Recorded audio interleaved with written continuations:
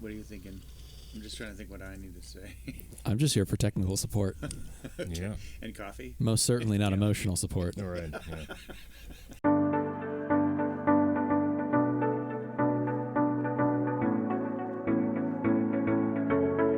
Hey guys, we just wanted to take a few minutes and talk today, the day before Sunday, about church tomorrow and just kind of our process in this. We've been spending some time around the table, making phone calls, talking to people, doing our best. We really want to serve our church population well, and it's important to do that because church is super important. I know that sounds strange coming from a pastor, but we have to bond together and we have to have a sense of unity through all of this.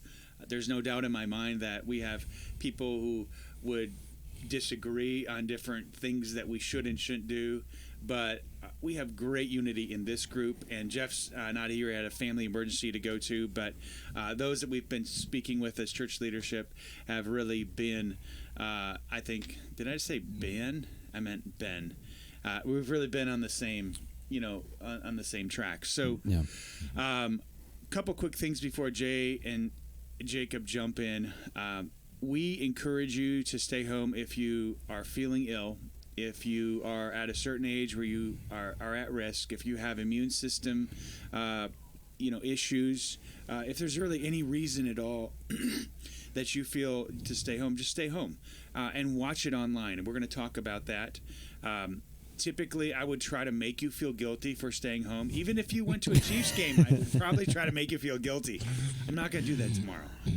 And this is a serious thing, and we want you to take it in seriousness. If you feel comfortable being a part of our church, the size that we are, a smaller church, and hearing the word of God preached by Dave, then come. But if you don't feel comfortable, you certainly don't need to. So with all that said, Jay, share a few of your thoughts that you've been gathering.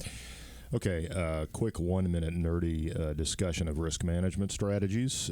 High level, there's 4 things that we can do. Acceptance, mitigation, transfer, and avoidance. And those are just fancy terms for some very common sense concepts. Risk acceptance is, basically where you just eat it. You don't change anything. You accept whatever consequences occur. Risk mitigation is where you kind of try to do something about it yourself, all right? And risk transfer is where you essentially get somebody else to do something about it. And risk avoidance is where you figure out how to, avoid it altogether. Now, in our current context, what we need to think about is not so much acceptance and avoidance as mitigation and transfer. We're doing some things to mitigate the risk here. We are, as Troy just mentioned, and as I will mention again momentarily, saying that if you think you're at risk or if you are in a lot of contact with a high-risk population, you need to seriously consider just staying away and watching online, and Jacob will go into how to do that here in a little bit. We're doing a lot of extra cleaning around here, and some of that will be visibly in progress Sunday morning. We're going to prop some doors open that wouldn't ordinarily be open so that a bunch of people won't be touching door handles. We may have coffee servers so that a bunch of people aren't touching the coffee things, all right? Things like that. Risk transfer is where you get to participate, but in a different way that doesn't expose you to the risks, and that's where you watch online. I'm going to be one of those people. Notwithstanding what I said in the last video, I actually am not going to be here tomorrow morning, even though I'm going to be here a lot in my current role over the next days and weeks. No judgment. Right. But that's not because I think I'm at especially high risk myself. I'm kind of borderline. I'm 60 years old. I'm fortunately blessed with good health at the moment. But I'm in pretty regular face-to-face contact with some people who are high risk, and I don't want to be the guy who carries it to them. So my personal rule for myself is that I'm avoiding gatherings that get into 3-digit numbers of people. All right. And risk avoidance has been inadvertently much in the news recently because that's where the cancellations are coming from. And sometimes that's what you've got to do. We do not yet feel that we need to do that here. We will certainly let you know if we do. And that shades into the other main thing I want to talk about, which is we are putting together a communications plan. And we will be figuring out what and how often we are going to communicate. And when we do, it will be very predictable messaging. And some of the updates are going to be, hey, sorry, nothing's happened in the last, 24 hours or whatever the interval is. But we're going to start putting out some kind of regular update. Probably not always a podcast. It'll probably usually be an email. But we're working on that right now as a really top priority because we know people need reassurance. Mm-hmm. It's good.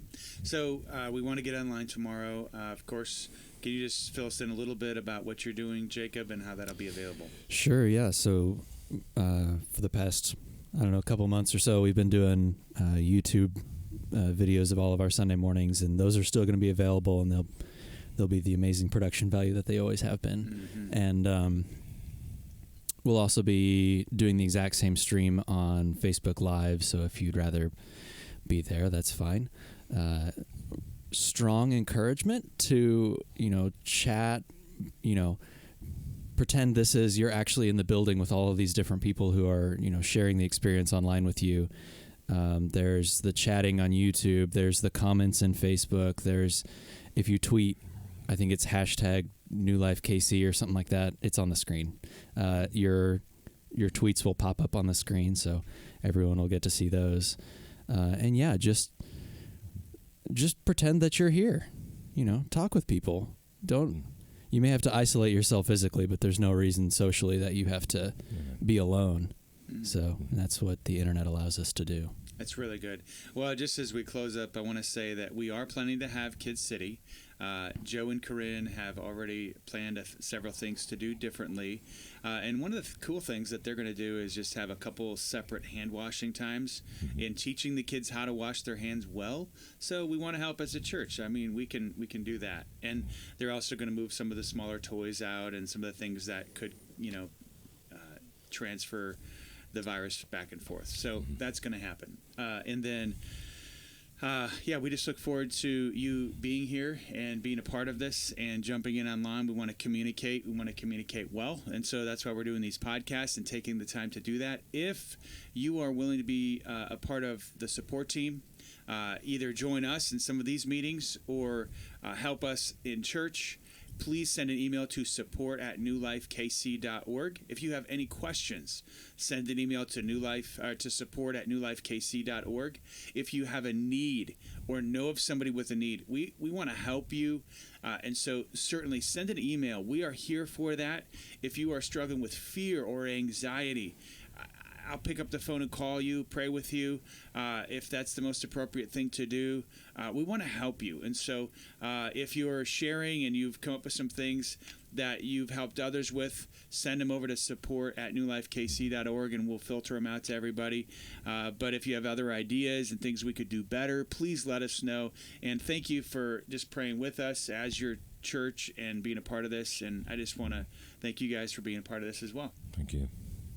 Thanks so much, and we'll see you soon, I'm sure.